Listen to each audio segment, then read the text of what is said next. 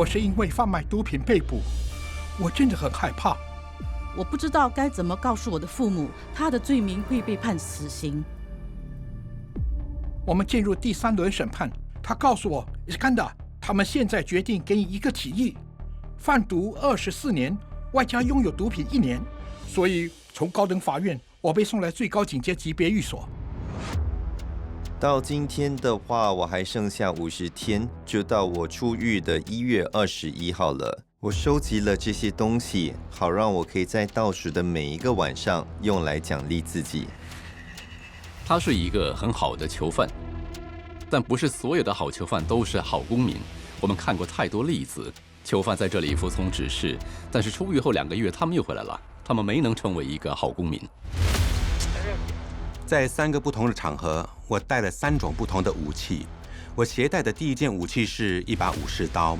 我计划去一个地方见一个人，然后我只想砍他一刀就走掉。我要给他一个教训。他怕我不会变好，他说如果我出去之后不能变好，他肯定会离开我。所以这算是我最后的机会。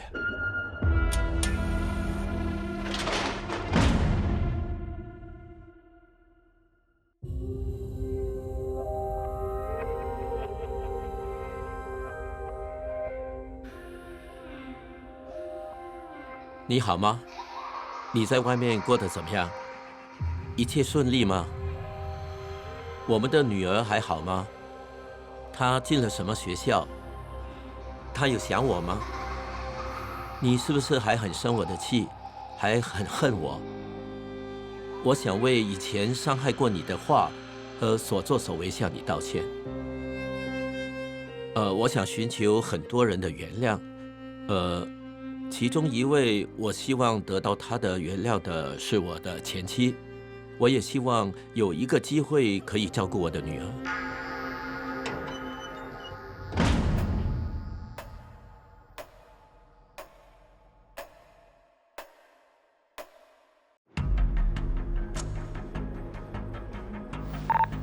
沙利呼叫 Bravo， 你可以开始解锁日间活动间操场了。好，大家准备。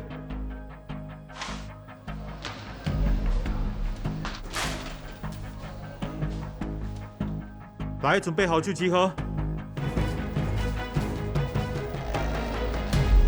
大家，长官下午好，长官下午好。现在的时间是2点，你们的放风时间是2个小时。好，继续吧。长官，我想提出一些要求。你想提出什么？一些要求。囚犯大部分的时间，唯一的联系人是监狱官。所以，如果他们有任何要求或者任何问题，他们就会找他们的个人监督员，像我这样的监狱官。我想要求帮忙安排住宿。出狱之后，我想找一个住的地方。好的。我的刑期还剩大概8个月。现在最担心的就是住的问题。我从这里出去之后，肯定没有地方住。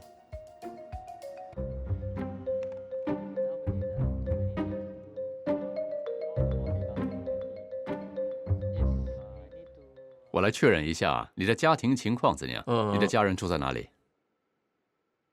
我已经很久没有回家了。原来是这样啊。以前唯一支持我的人是我妈妈，可是她去世了，所以我不能再回去那个家。你的兄弟姐妹呢？你有兄弟姐妹吗？我们没什么联络了。那你没有再和他们联系了？没有。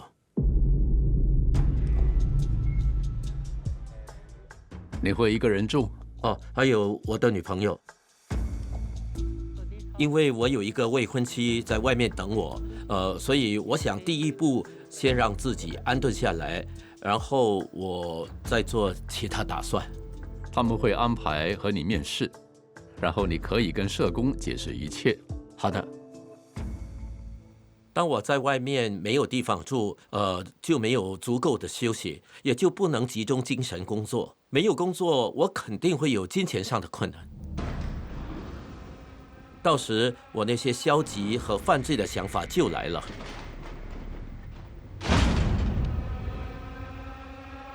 那也就是为什么我又再次犯法回来这里。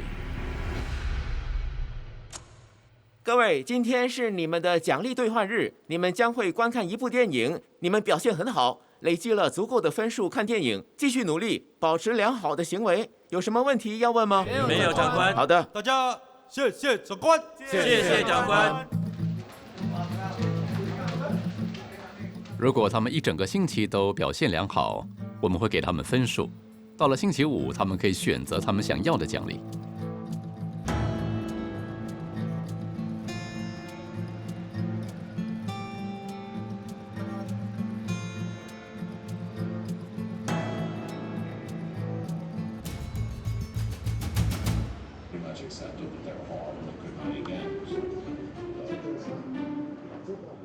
今天算是我们的幸运日，通常每3到4个月才有一次。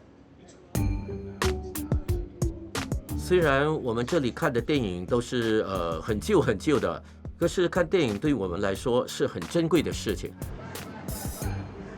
比在戏院里更好看。哈哈，没错，可能是当我们失去了一些东西之后，才会珍惜那些东西。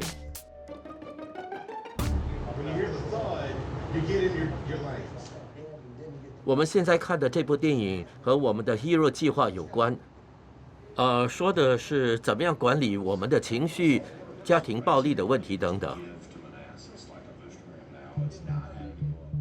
暴力治疗方案，或简称 Hero， 是针对有暴力前科的囚犯。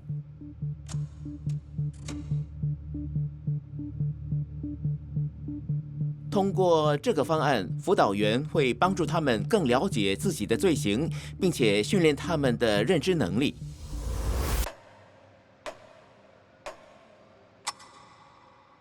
嗨，凯约胜，下午好。哦，你们刚剪了头发吗？我是 Rashida， 我是新加坡监狱署的一名心理学家。作为心理学家，我们负责做评估，这有助于找出可能导致暴力或攻击性行为的触发因素。好，仔细看你们手部的轮廓、手指，然后是手指之间的空间。如果你脑子里有任何想法，就正视它。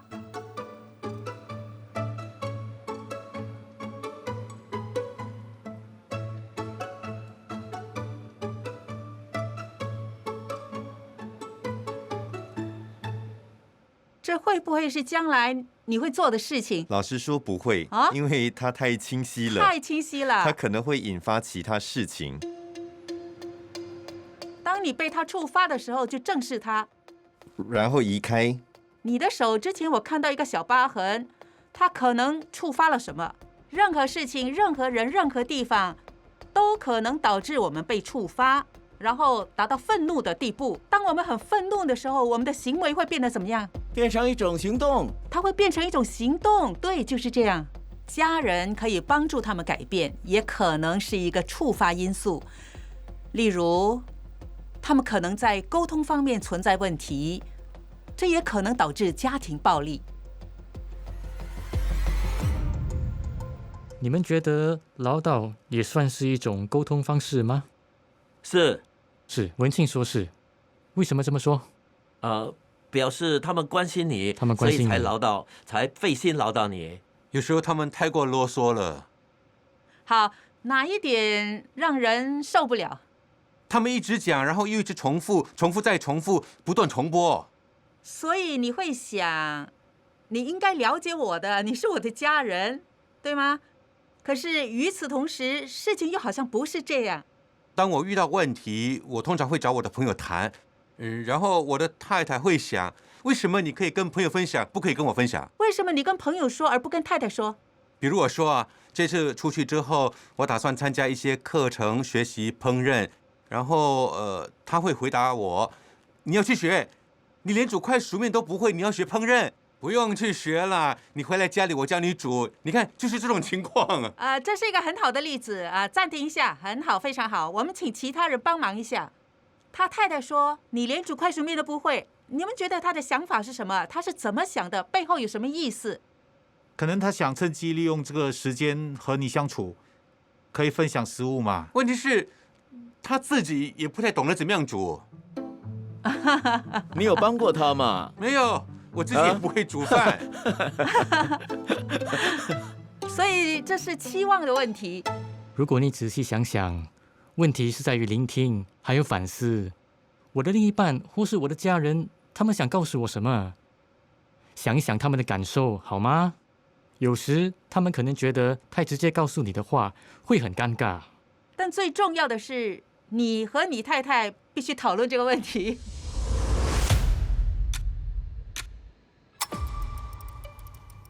我打算等我拿到新护照之后，我就出国。我不能在新加坡吸毒。假设说我可以在某些方面很成功，但是不靠毒品，而且过程可能比较慢，你觉得怎么样？无聊。如果他会说出这样的想法，那是挺令人担忧的。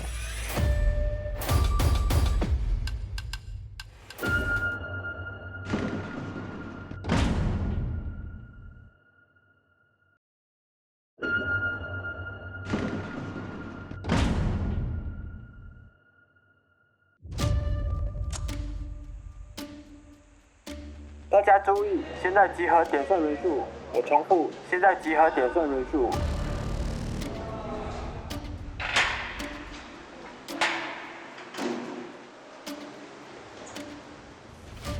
人数清点是监狱里特有的程序，在监狱学校里面也会进行。下午好，长官。下午好。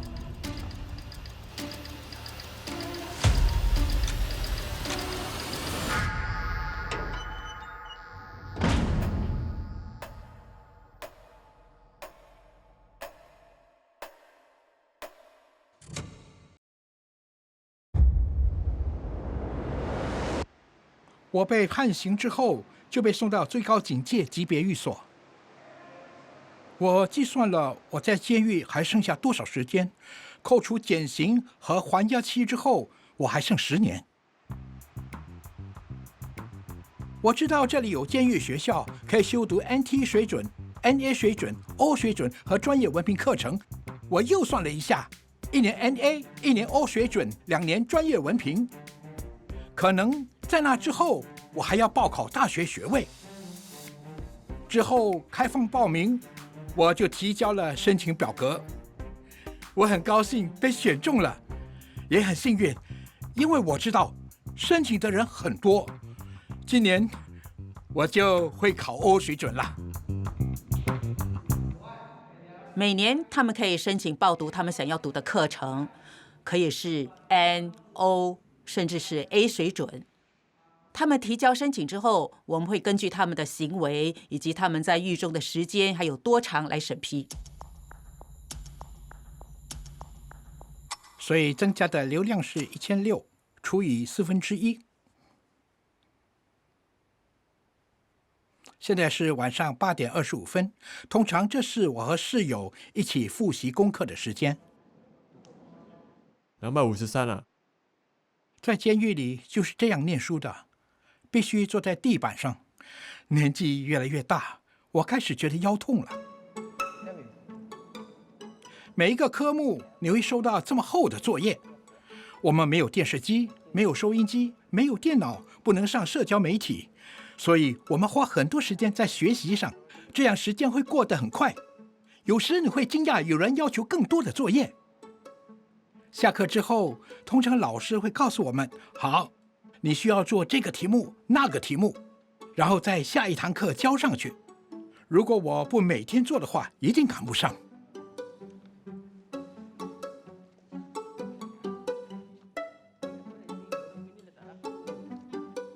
监狱学校的囚犯实际上是很忙碌的，他们在这里的自由时间少很多。他们的平均刑期是3到5年，所以要是让他们修读浓缩版的课程，将4年压缩成1年，可以让更多囚犯从监狱提供的教育中受益。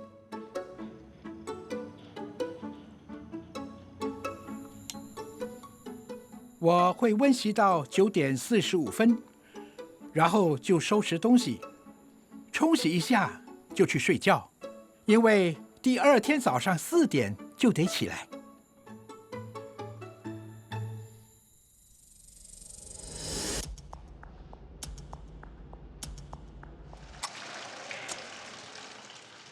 我的一天从早上4点半开始，我会洗个澡、刷牙，然后做祈祷。4点45分，工作人员会分发热饮料、做早餐。我们一大早就吃早餐，因为我们必须赶在8点之前抵达课室。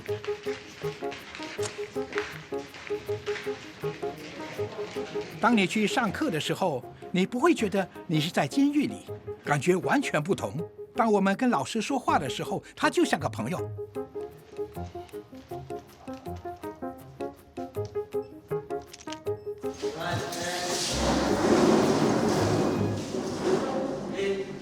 Good morning, sir. Take a seat. Please help me distribute the notes for today. Thank you. Right, guys. Going back to the situational writing piece. Going back to the PAC. What is PAC? Can somebody remind me what is PAC? 我在这里教书已经快2年了，我教的是英文，主要是欧水准。最初我有点害怕，因为他们很多人都有看起来很粗鲁的纹身。A is audience. 可是当我踏进课室，我发现他们其实和一般学生一样，都很渴望学习，很关心如何在考试中考到好成绩。主流学生可以上网找资料，甚至聘请昂贵的私人补习老师。可是在这里，他们相当依赖我，替他们准备应付考试和提供职业指导。Hoodie number 3 is Ganda. Yes. Ganda. Say, I talk about the skills I have. Yes, of course. I'm a concise and meticulous person. When it comes to details, it will be helpful for the event planning for the children, such as the sport day. That's the skill I have. Oh, you are a what? A meticulous person? Conscientious and meticulous. Conscientious. Conscientious and meticulous person. When it comes to detail. I wonder where you get those words from. From you lah. Iskandar 是一个非常活泼和相当幽默的学生。除此之外，因为他很好学，所以他也非常用功。Question so far? Sir. I mean, for the two, right? I just put head of citizenship at email.com, right? Yeah. The email is up to you. Then I got the subject, right? Yeah. So phones in general means it can be any screen. So in fact, by changing a to the, it's actually wrong. 其实我相信我是个聪明的学生，因为我以前是快捷班的。不幸的是，我在人生中做错事，一离开学校就犯了法。如果不是因为得到第2次机会，我可能已经在绞刑台上被吊死了。我现在已经死了，所以得到这个机会，我会好好的利用它。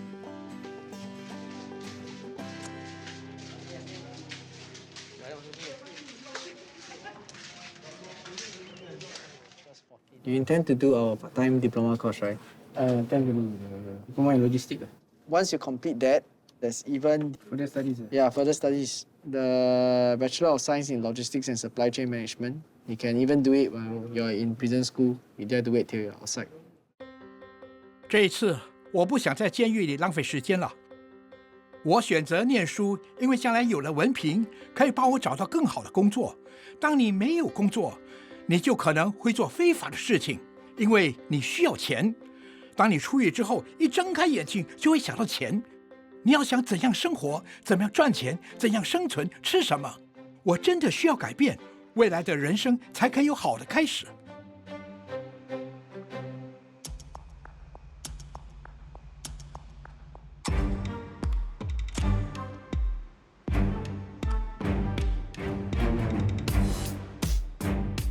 Stand by. Bravo 1号，解锁 Bravo 204 ，Bravo 204。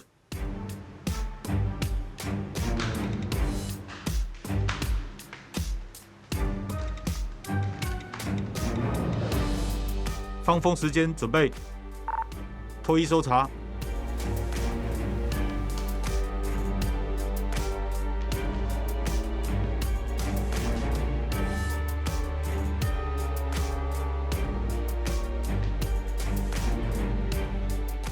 大家前往操场。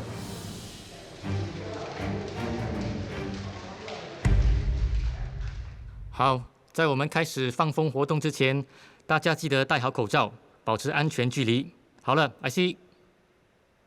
下午好，长官。下午好，继续吧。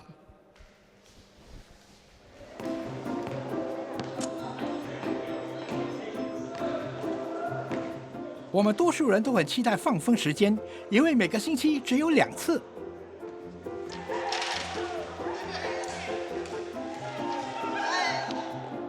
这里和最高警戒级别寓所不同，因为在最高警戒级别寓所，从星期一到星期六，每天有2个小时去放风。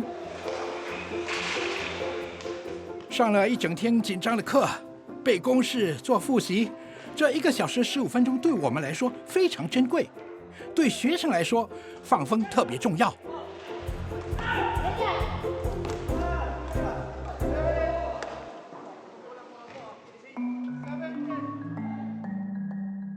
我是在2020年1月3号来到监狱学校的，那也是我第1次到露天操场。我看到的第1样东西是开阔的天空，因为在最高警戒级别寓所，我一直只看到天花板，已经很久没看到那么广阔的天空了。然后我看到飞机，看到小鸟，这就是我在监狱长时间以来失去的东西。我真的很想念这些东西。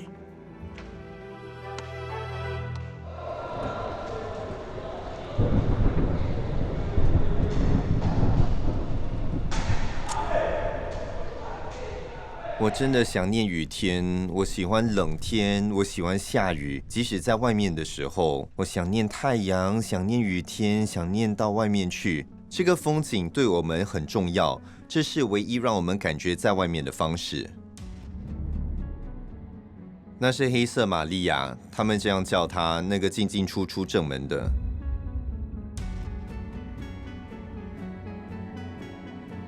他从这里开去法庭，再从法庭开回来这里。每当我看到那辆巴士，我都不想再看到他，因为他让我想起整件事是从他开始的。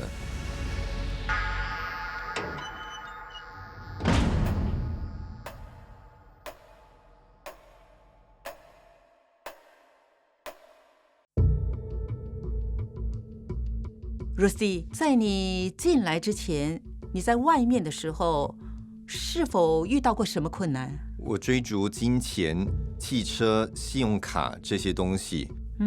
我使用冰毒来应付生活中的事情。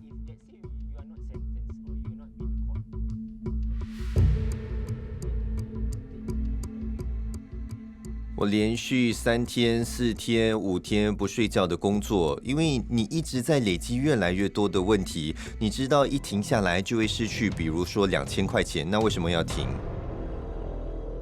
你看这样如何？假设说我可以在某些方面很成功，但是不靠毒品，过程可能比较慢，你觉得怎么样？无聊。就毒品来说，将来当你出狱之后，你有什么打算？我打算等我拿到新护照之后，我就出国。我不能在新加坡吸毒。如果他会说出这样的想法，那是挺令人担忧的。但是他们出狱之后，我们不知道在外面会发生什么不同的状况。他的家人都很支持他，他也能够和他们沟通，愿意跟他们沟通，这些可能可以帮助 Rusty 继续走上正途。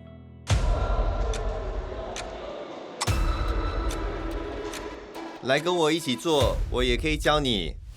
这里，来我的旁边。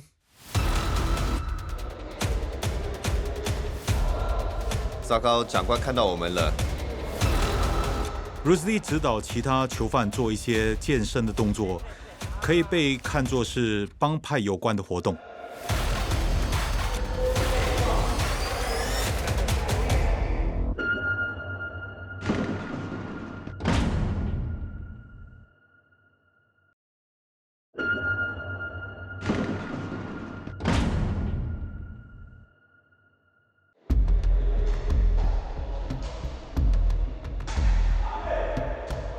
来跟我一起做，我也可以教你。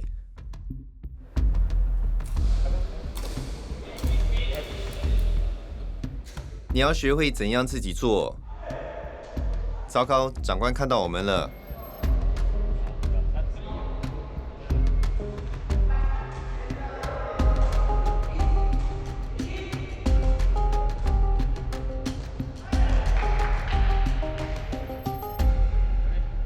以 Rusty 来说，我确实看过他在操场以他的专业知识指导其他囚犯做一些健身的动作。某个程度上，我们鼓励他这么做，因为可以建立囚犯之间融洽的关系。可是与此同时，这也可以被看作是帮派有关的活动，所以这个情况算是处于两者之间啊。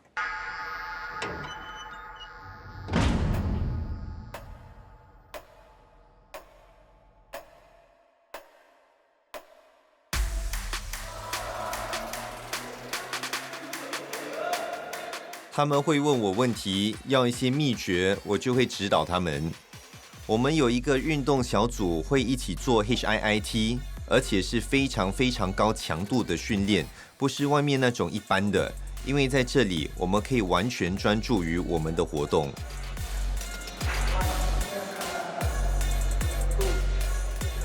当然，这里的人更加健壮，那是肯定的。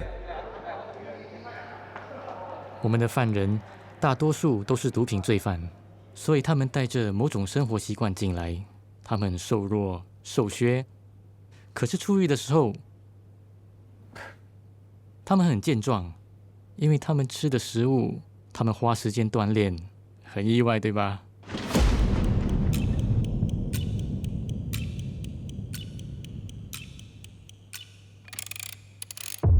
？Rusty， 准备接受你的视讯探访。OK，Rusty， 是谁来看你呢？我的女朋友，有时是我母亲。他们多久来看你一次？每个月？1个月2次。我是 Rusty 非常亲密的朋友，实际上我会说是的，我是他的女朋友，但是因为这段关系很复杂，所以很难公开说出来。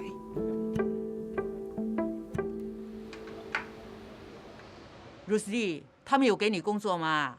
我不想要。你就试试嘛。又是一样的那些司机、送货员。要求换其他的。我不要。那出去之后你要做什么？我想先放松一下，在这里很累。他要放松一下。给我一个机会。你在里面2年了，还不够放松吗？我想回去教健身。我觉得你不应该再回去那一行。我也不鼓励你回去，转行吧，不要只在那里工作。我的健身师傅是介绍我用冰毒的人，他把它用在健美，可以帮助去除水分，可以让肌肉变得更瘦实。10年前他开始吸毒，从那个时候开始，他的生活乱七八糟。Rusty 第一次吸毒，一回到家就怒气冲冲，想用风扇丢我。没有毒品，他真的就像一个正常人，一个好人。不，这次我给你自由，你已经是大人了，你30几岁了，自己会想。所以我不想再像以前那样干涉你。是你给我自由，但问题是我所生活的国家没有。你要照顾好自己。这个国家不像你啊妈。照顾好自己，你要相信自己啊，也要让别人再次信任你，这个很重要。他必须和我们一起重新建立一份信任，因为我们还不能完全信任他。我喜欢他在监狱里，首先可以控制他不吸毒，又守规矩。因为在外面没有人管他。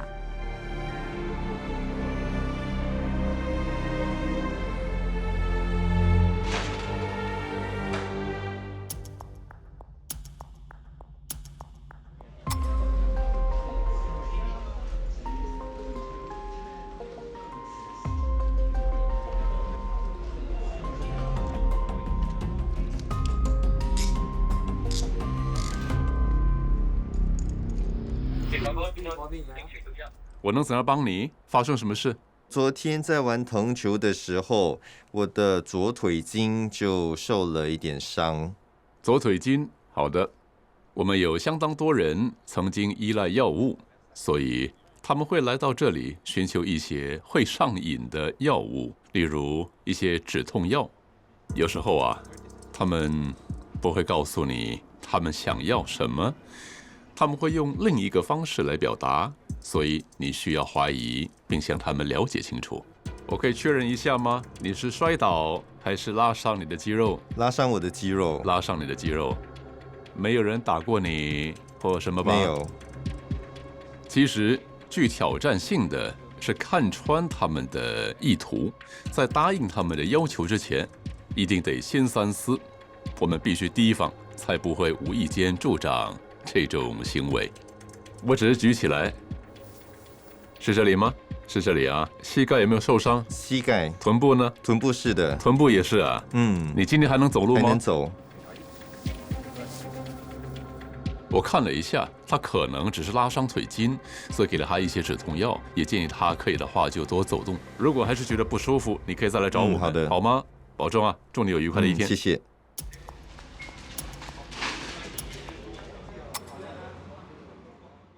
大家早上好，今天我们来开始我们有关基模的选修课程。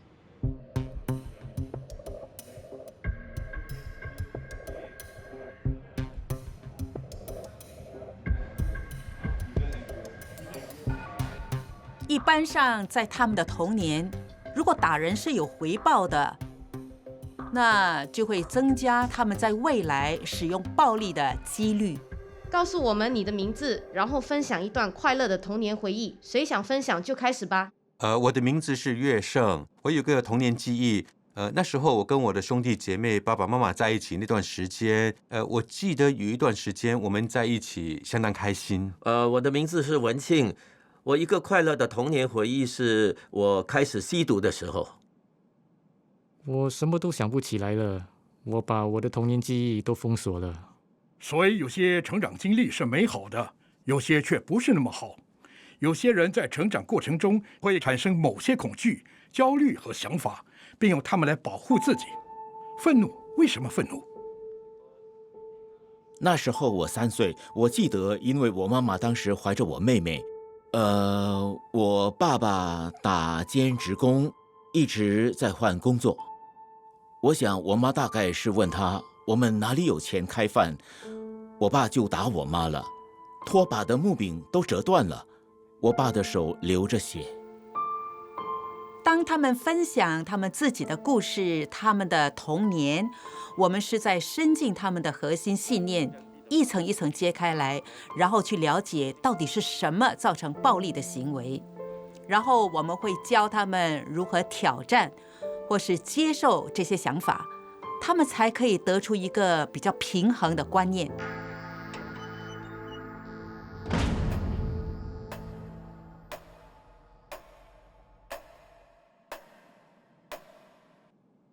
我会给你们一些彩色的纸，我有4种颜色。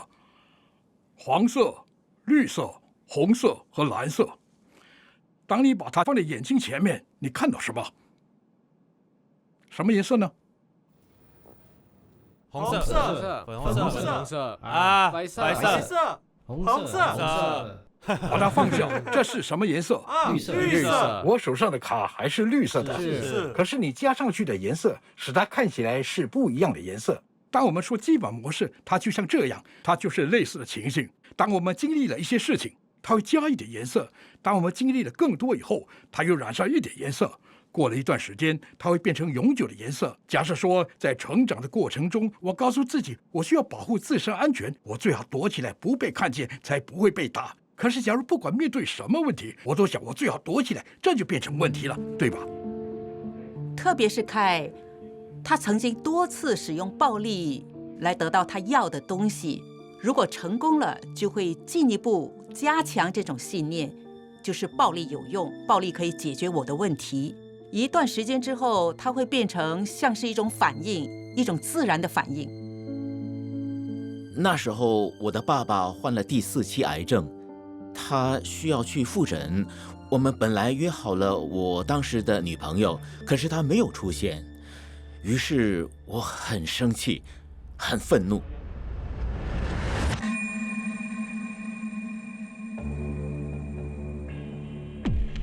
几天后，他才回复说他会向我解释一切。他说他已经在路上了，当时大约是下午5点半。我在地铁站一直等，他到晚上9点半才出现，他什么也没有解释，太过分了。所以那个时候我爆发了，我用力抓住他的手腕。为什么你说你在路上了？你让我像个傻瓜。你知道我的责任有多大吗？万一我爸发生什么事，你要负责吗？然后我觉得很痛快，因为用力抓他可以让他感受我经历的痛苦和挣扎。过了那么久，我才了解自己，太不值得了。这是我从自己身上学到的。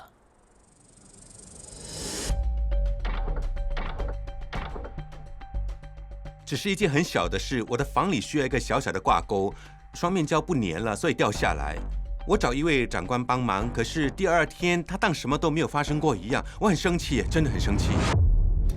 不要放在心上，好不好？1次2次就算了，可是3次4次他都没有帮我，真的很难控制我的脾气，我真的很想打他。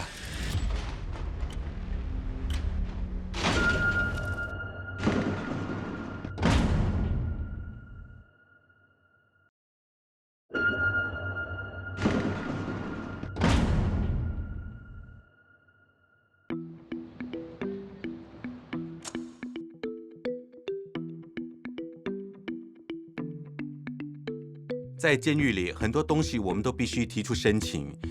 一支铅笔你要申请，双刃剃须刀，那些胡须长很快的人需要的也要申请。其实这里我需要多一个挂钩，有时候挂钩不够牢会掉下来，我还需要多一个来挂毛巾。可是我还在等他们给我答复。然后我们得一直问长官：“你帮我申请了吗？”有些会道歉说：“对不起，我忘了。”可是之后还是没有申请，到最后还是没有人申请，你就要找另一位长官。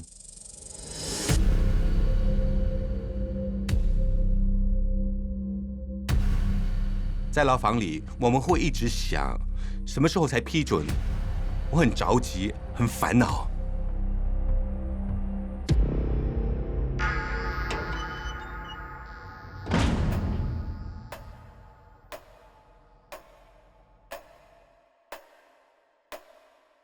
长官，我遇到一些问题，我觉得有个工作人员很不喜欢我，无论我叫他做什么，他都不帮我做。我怕有一天我会爆发，那对他也不好咯。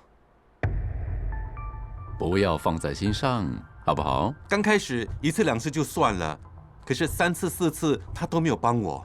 为什么你不直接去问他发生了什么事呢？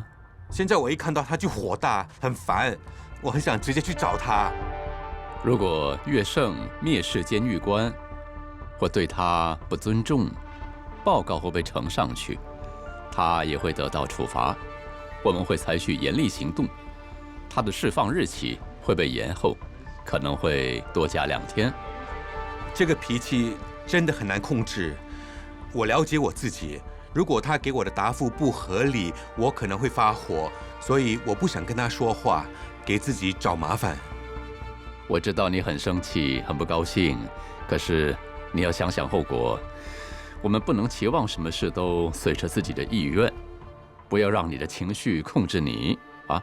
到目前为止，你处理得很好，所以要继续下去。有任何问题、任何事情都可以来找我。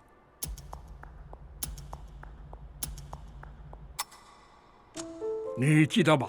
我们让你做过一份调查，目的是帮我们找出你的基本模式是什么。你分数很高的基模是情绪剥夺，那是一种期待，渴望得到情感上的支持，可是从别人身上得不到满足。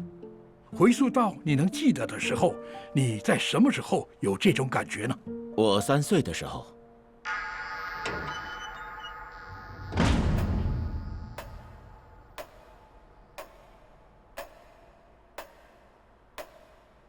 你只需要听我的声音，把自己带回去你3、4岁的时候，闭上眼睛。如果你觉得不自在，可以往下看。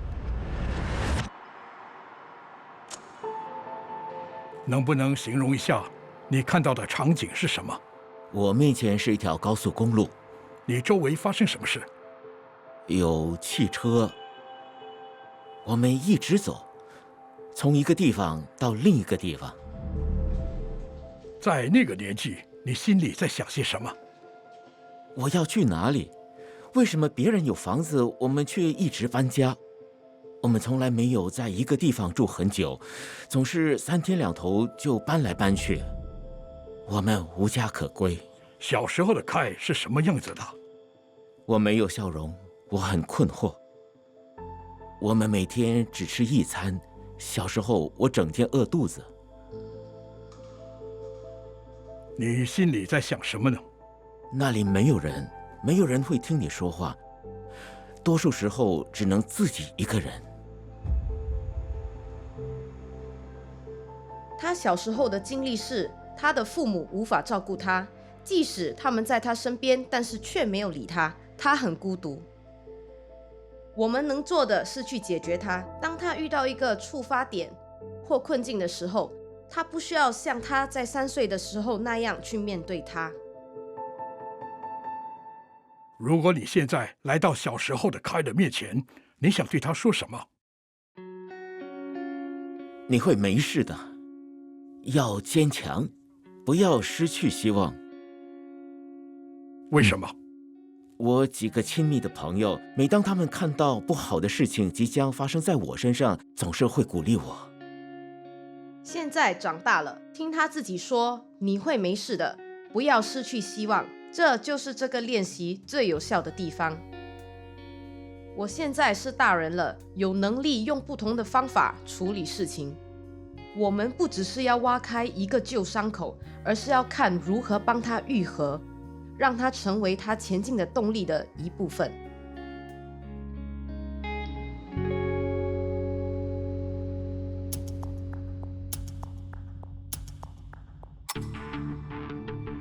我通过 FRC， 也就是家庭资源中心申请租房之后，一直没有收到他们的答复。我还在等，而且很担心，所以我去寻求 Sergeant Mouton 的意见。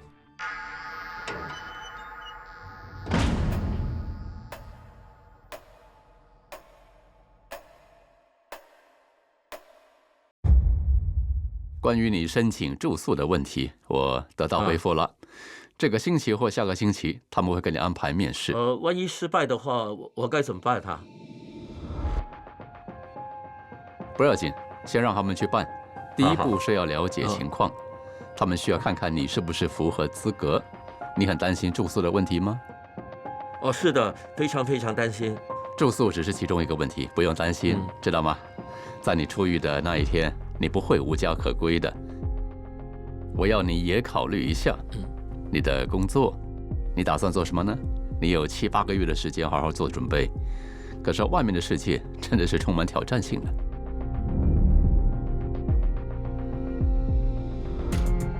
我在监狱里3年多了，所以我觉得好像被世界遗弃了。现在的世界也变了，我其实有点担心，不能适应外面的生活。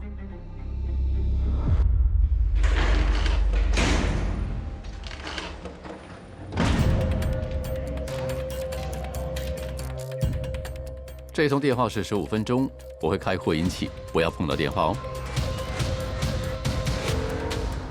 我们尝试了几次都无法接通，他的脸呢都变红了。